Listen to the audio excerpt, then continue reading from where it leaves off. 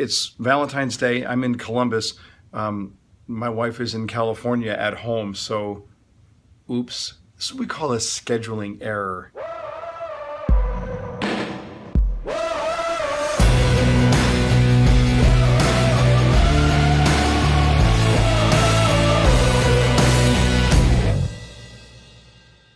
Hey, so here I am in Columbus, Ohio. I just finished a speaking engagement here, and I got my passport in hand. So I'm on my way to London next. Next stop, London, where I've got a speaking engagement. Very, very excited about that, and we'll see you from the other side. Hello, London? No. How about London, Ontario? Who's in charge here?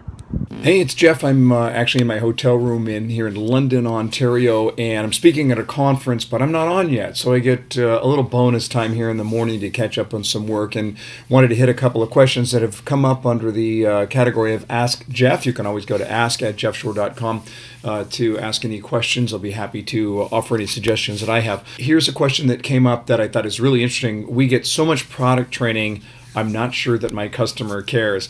Yeah, I'm not sure your customer cares either. And it really depends. I mean, listen, what the customer cares about is obviously up to the customer. So one of the issues that we have to guard against is that we go through product training, some of which is actually very, very good. We learn very, very valuable information, except for one thing. It's not necessarily valuable to the customer. So I go with this adage: know everything, share what matters. Know everything and share what matters. If it doesn't matter to your customer, then you shouldn't be sharing it. Now, that means you have to get to know your customer well enough to know what's going to matter. But follow up with that idea: know everything, share what matters. Hey, Jeff, how do you start your day? Yeah, well, listen, I have my rituals, and I really like my rituals because it helps me tremendously right from the very beginning.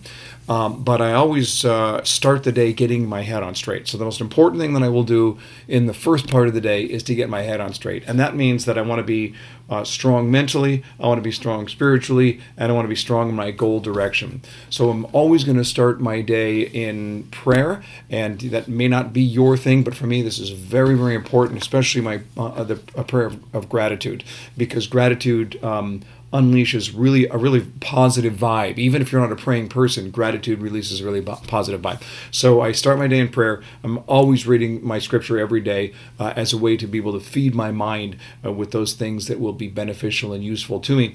And then I'm into goal review. So every day I start by looking and saying, here are my goals. This is what is important to me to accomplish this week and then even today, so that I'm clear on it. I don't have stuff popping into my brain throughout the beginning of the day. I've already got that figured out. So I always want to get those things done right from the very beginning. I typically don't exercise until later in the day. I'm not really much of a morning exercise type of person, unless I'm playing hockey really early in the morning, but otherwise it's a little bit later on in the day.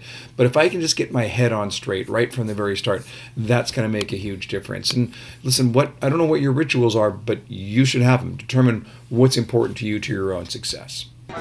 Hey, working with a client up here in Minneapolis, Minnesota, and I just got to tell you, it's always good to be loved. It's Friday night, and that means I'm headed home, and on the plane ride home, I've actually got one last task for the week, and that's to fill out my weekly planner.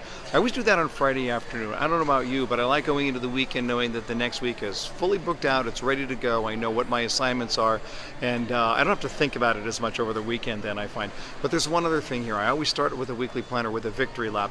I write down everything that went right during the week. I just write the positives. I don't write the failures, I only write the positives.